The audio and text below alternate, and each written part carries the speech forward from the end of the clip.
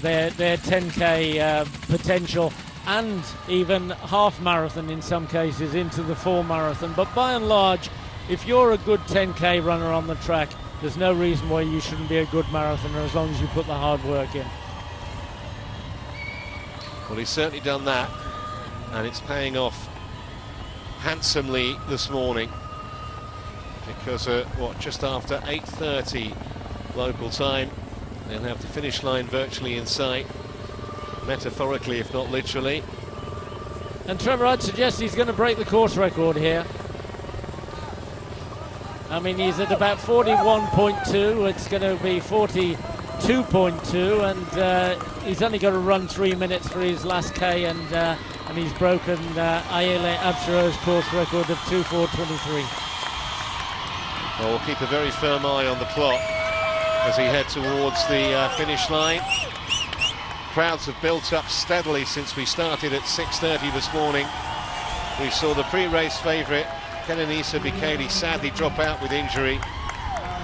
Segai Mekinen not the force today that we've seen in the past, and it's left the way clear for Tamirat Tola to completely dominate the race. He lost the second placemaker at around about the 30-kilometre mark, but he has been frankly in a class of his own since then. So we're just coming up to the world record time, 2:02:57. The course record, 2:04:23. He's going to absolutely smash his personal best, that is for sure. 2:06:17, so as Pat was saying, he's going to take a couple of minutes off that. But the only remaining question is, can he finish in the next minute or so and beat the course record? He certainly won't be short of support when he gets near that finish line, because the Ethiopian fans in full voice, that grandstand is absolutely packed. There is literally no room in it. They're all waving flags, they've got the balloons and the scarves, and this is why Tola coming home on his own to claim victory in the 2017 Standard Chartered Dubai Marathon. He's still got about half a minute on hand if he can break the course record. For the first time straining, just trying to get over that line in the best possible time. And the course record has gone, and he's smashed his personal best by more than 2 minutes. Fabulous run from Tola. Well, an unofficial time, Trevor, of 2:04:11. We'll update you on that one. So a good dozen seconds off the course record. Terrific run by Tola. And there is no one in sight on the horizon behind him. Here comes Wazihan now around the corner. This will be a tremendous result for him as well in second place. Not sure Tola can quite believe what he's actually achieved this morning. What a performance.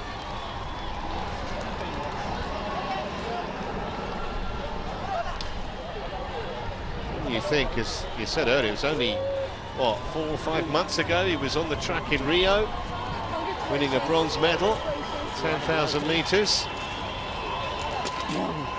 Now he's started on the road. Now here comes Wazihan.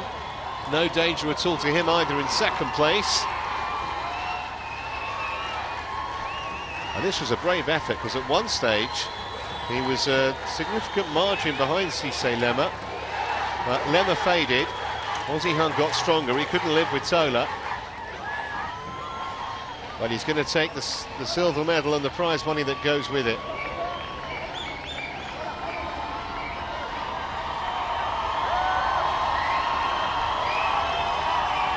He's getting a huge hand as well.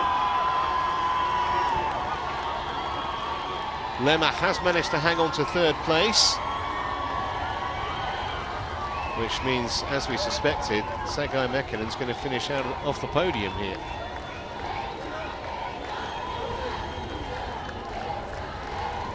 And the winning margin is more than 2 minutes. Tola has absolutely destroyed the field.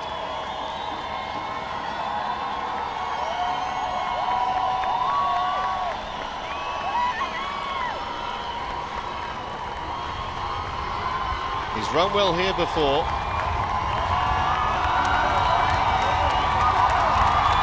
But he's never been on the podium. And that's all going to change. Lule Wazihan, the 23-year-old takes second, just in time, 2 hours and 7 minutes.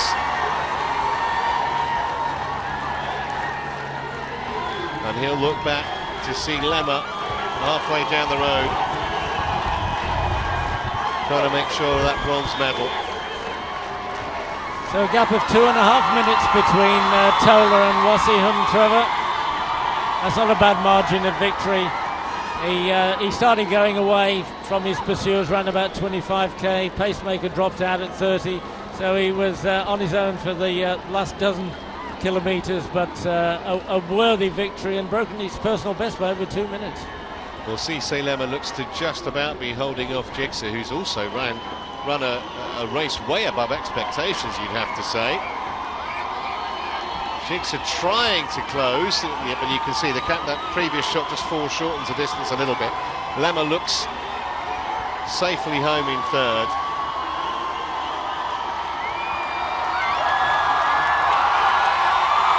So he's been fifth in 2015, fourth in 2016, and symmetrically he's going to finish third in 2017.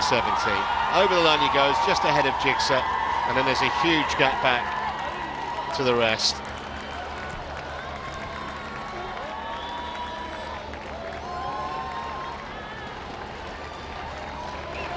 Way outside his personal best, incidentally, Lemma.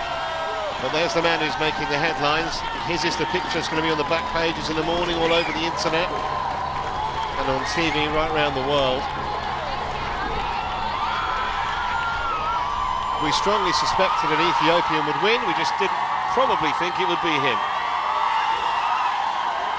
And I think that torrid early pace has taken its toll on pretty much all but Tola. I mean, 2:04.11, he's broken the course record, he's set a personal best by over 2 minutes. But given that this race regularly has finishing times in the 2:04, 2:05, 2:06 bracket, the fact that the second man did 2:06.46, Wazihan, and the third man 2:08.03, you've got 2 minute gaps between first and second, second and third. So I think that early pace was rather too fast. Yeah, we suspected it as much, but at one point I think they were 40 odd seconds ahead of world record pace, weren't they? Which probably tells you all you need to know.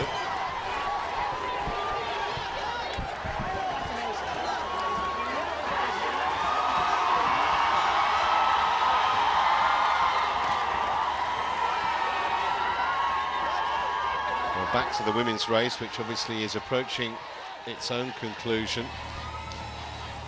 And Tagifa on debut at the 2 hour 10 minute mark, looking extremely powerful. Just looking at my screen, it appears as though Shure Demise is second and Arage Yebrigel currently in third. And she's got about 3k to go, Trevor, so yeah, it's a good 100 metres still, I would think. Yeah, Demise trying hard but not making any inroads into Worknesh Tagifa's lead. And she's running out of time. As I say, we've got, the last we checked, Yebrigel was back in third place. And she came here with some pedigree as well. Finished second in Paris and Chicago. She's got about 10 minutes of running left. Well, obviously any time she sets will be a personal best because it's her debut marathon, but looks like the time's going to be reasonable, so you've got to get a selfie with the winner. And anything close to 2:20, which she is going to be a superlative debut. Yeah, absolutely. And you think the women's course record 2:19.31, so that puts it into context a little bit. And she's going to be in big demand across the world, also in the other major marathon races. Well, you talked about a production line, and it just shows another young performer, first marathon, wins one of the main marathon events around the world. And there's a view of the Dubai Palm. Yeah, it's actually an artificial island, and I'm told that they used 7 million tons of rock, and they had to place each one individually with a crane, and it got signed off by the driver. Must have taken a while.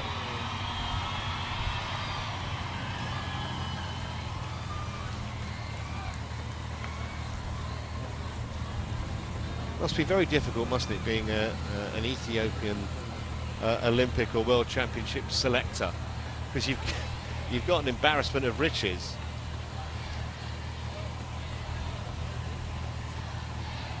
So you can see that in second place, Kenenisa making absolutely no inroads at all through 39 kilometres in 2:11:40.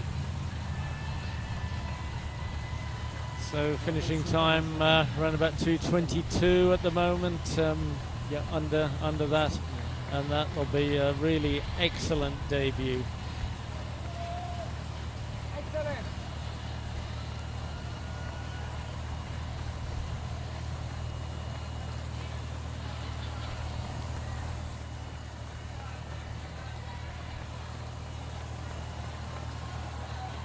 Well, while De Geefer goes about securing victory, got a plethora of fun runners milling by the start line for the 10k run. There you see it, and this train will go on for a long time. You can see how colour coordinated they all are. As I said to you, there's a lot of offices that kind of do this as a company thing.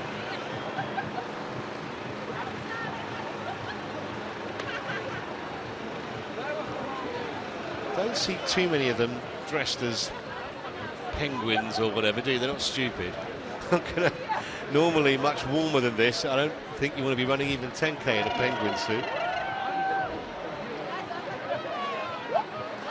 And certainly not a deep sea diver's outfit, as somebody in London does. Didn't it take him about 4 days or something, didn't it? What, 6 days? Something Yeah. like that.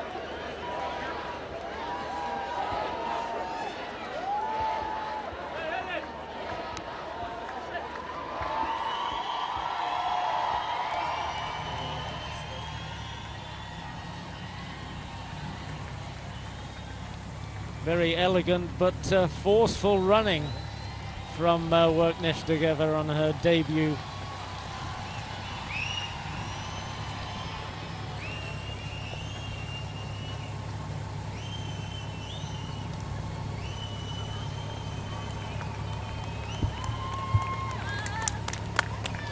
Yeah, just to put a bit of meat on the bone, so to speak, as far as De Geefer is concerned. Won 4 half marathons. She consistently has been running under 70 minutes. In fact, her half marathon personal best, 66:14. That was in Prague last year, and that is quick. And she's now the Ethiopian half marathon record holder. And she's run the 8th fastest half marathon ever run by a woman. But there's always that issue about how that kind of form will translate to the full distance, and we've seen it today. Well, she's answered every question that could possibly be asked of her, and in some style too, especially in a field that included the likes of Shure Demise and Nezalek Melkamu. Well, that graphic, Trevor, tells us Demise is only 10 seconds behind, so I think she is making inroads. Okay. And we've got, what, less than 2k to run now, so so she'll still have to go to catch De Geefer, and she's running so forcefully. I think she is still on her way to victory. Yeah, well, there you see it. That's what 10-11 seconds equates to in terms of distance. So as long as De Geefer doesn't collapse, then Kenenisa shouldn't be able to catch her. But it's never over till it's over, even though we're inside the last 2,000 metres now, the women's race. I mean, just to put it into perspective, 2:16.35 the current time. Paula Radcliffe's world record, 2:15.25, so she finished a minute ago. And that was set, as we said earlier, back in 2003.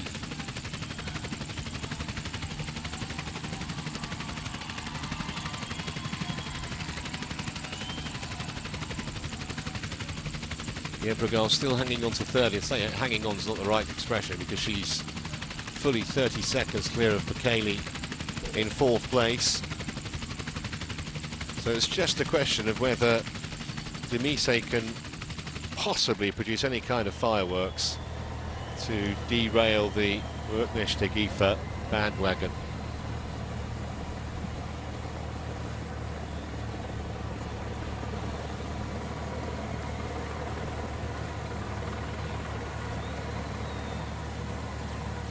I think it was about 5 years ago, 4 or 5 years ago, Trevor, we had an absolutely terrific men's finish. There were 5 guys in somebody's photo frame shot at the finish line. That doesn't happen often. Well, not after 42.195 kilometres it doesn't. No, and it certainly hasn't happened in either of the races today. So exactly 2 minutes and 18 seconds. And Tegifa still looks in complete control. Gaps around about 10 seconds back to Shure Demise. We're not going to get a course record today for the women. That's 2:19.31. But I don't think she's going to care too much about this. Marathon victory on debut worth $200,000 US. And also, you could argue, more importantly, just the kudos that's going to come with it, establishing herself as a genuine world-class marathon runner at the first attempt.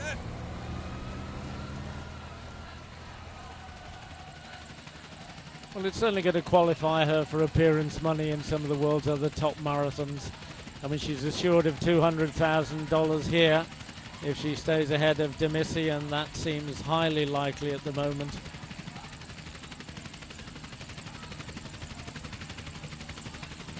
But it just shows that it's not a predictable sport. I think if you'd suggested that Tegifa would win the women's race and that Taylor would win the men's race, well, I suspect I would have thought that highly unlikely, but it's not proved to be the case. It's been a thoroughly professional performance and an extremely mature performance for someone in their first race.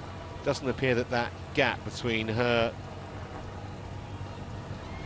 and her nearest pursuer, Demise, is shortening at all. No, in fact, it's lengthened. I think Demise's effort has petered out.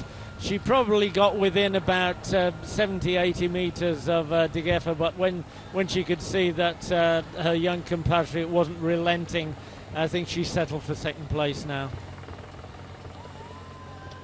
A big prize money on offer for all places, apart from the fact it's 200,000 for winning, 80,000 for second, 40,000 for third, 20,000 for fourth.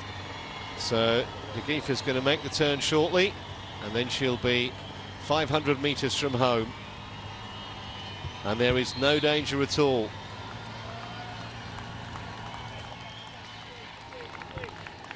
It's not been a predictable women's race by any means. Demise and Malkamu came in as first and second favourites respectively. But Worknesh Tegifa has had other ideas. And who knows what a force she could go on to be in women's marathon running. 26 years of age and coming home unchallenged. Just about see Demise has turned the corner. But another excuse for the Ethiopians in the crowd in that grandstand opposite us to start their cheering again. We might see a smile in a minute from her. She knows that victory is hers now. The first time she's run a competitive marathon, and she has taken down one of the big events of the year.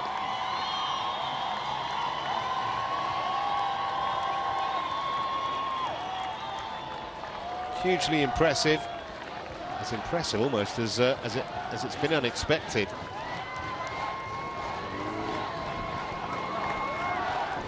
But another name to go on the Dubai Marathon scroll of honour as Workness Digifa comes home unchallenged to win her first ever marathon.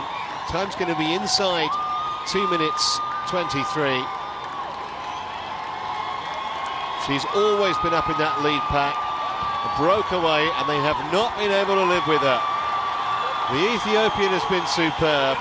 Workness Digifa wins her first ever marathon at the first attempt. Just over 2:22.5. There's the smile. And Kenenisa looks like she's going to hang on for silver, and she just had an anxious look back, but she's got a clear breathing space between her and Yebregwal in third. So Kenenisa takes second.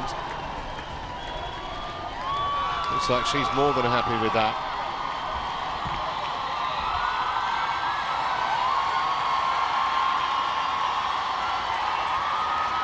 And just behind her, Elise comes in for third place. Well, fabulous performance. Final reflections from you, Pax? I know you're going to leave us shortly. Well, Ethiopian 1, 2 and 3 in both men's and women's races. I'm going to hand over to Kenenisa Bekele's manager, Jos Hermans, who's joined us here in the commentary box, Trevor, because apparently there was an accident at the start, which we all missed, which caused Kenenisa to fall and injure himself, but Jos Hermans is here to tell you all about that.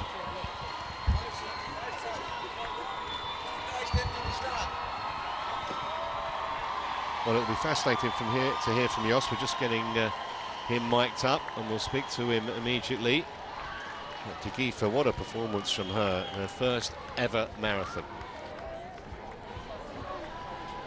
Well, I am delighted to say that Jos Hermans joins me now, and of course, Jos, we saw the pictures of Kenenisa Bekele having to pull out the race at about the 20k mark.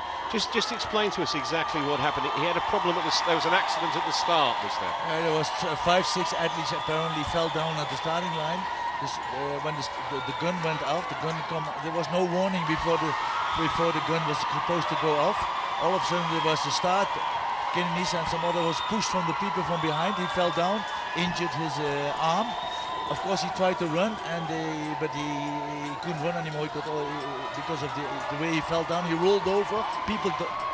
Several people pushed him down again to the ground, and so he had to catch up, and he just never worked anymore. He got a problem with his calf, probably. We don't know all the details yet. He's not even here, but we like to see the footage because we want to see what is happening at the starting line. Well, I have to say, we didn't see anything at the start, so it must have been kind of off camera, but clearly it was a completely unintentional thing at the start. Sure, no. The thing is, I think there was no countdown. Right. So the starting came out of the blue, and then he was expecting probably the gun, and there was no gun, there was only the horn. So this is confusing. So somebody from behind probably panicked. I heard even that they were trying to see if it's a false start to bring the people back. But that didn't succeed. So I know for 2-3 other athletes, they never even could start the race. And so he's got a problem with his arm and with his leg, has he? Well, we haven't seen him yet. He was bleeding in his arm. Right. See in the race, and he was limping because it was not. He fell down, rolled over, and he hurt his. We don't know exactly.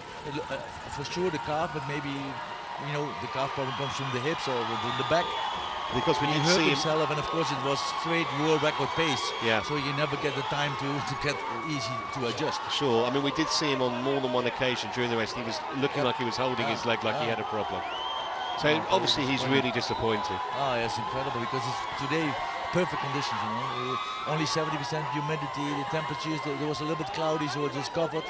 You know, the winner course record, he's a very good athlete, but Kenenisa, you know, should be a big step ahead of Tola, so it's really frustrating. And he was so confident as well. He said in the press conference about, you know, breaking the world record, and obviously a lot of people have come out to see him.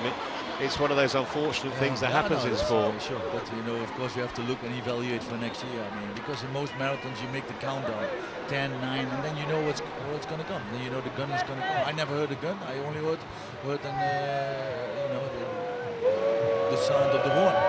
Even, but okay, we were maybe 200, 300 meters ahead of the start, so we couldn't see. It was still dark, so I don't know. Maybe it was not even on camera. He was talking before about competing in the London Marathon, possibly the World Championships as well.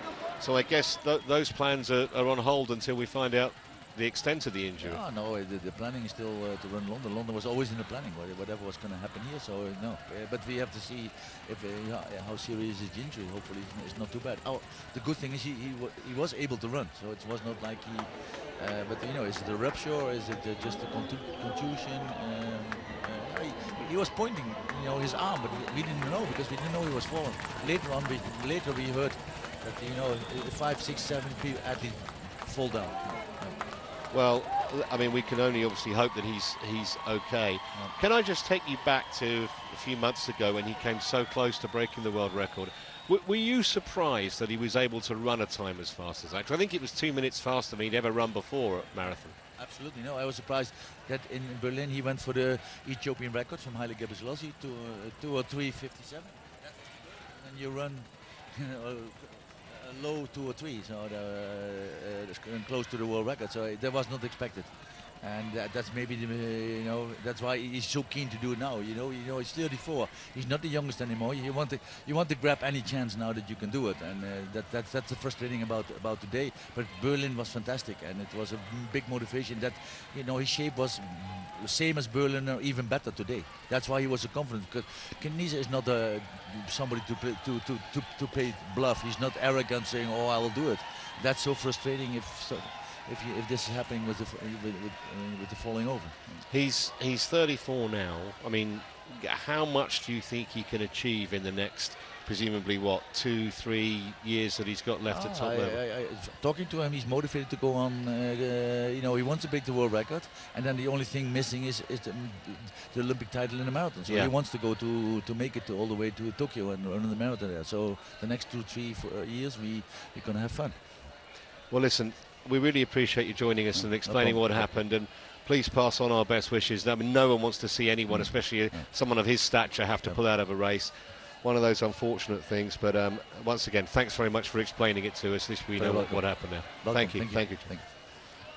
Well, so now you've heard it from the horse's mouth, so to speak.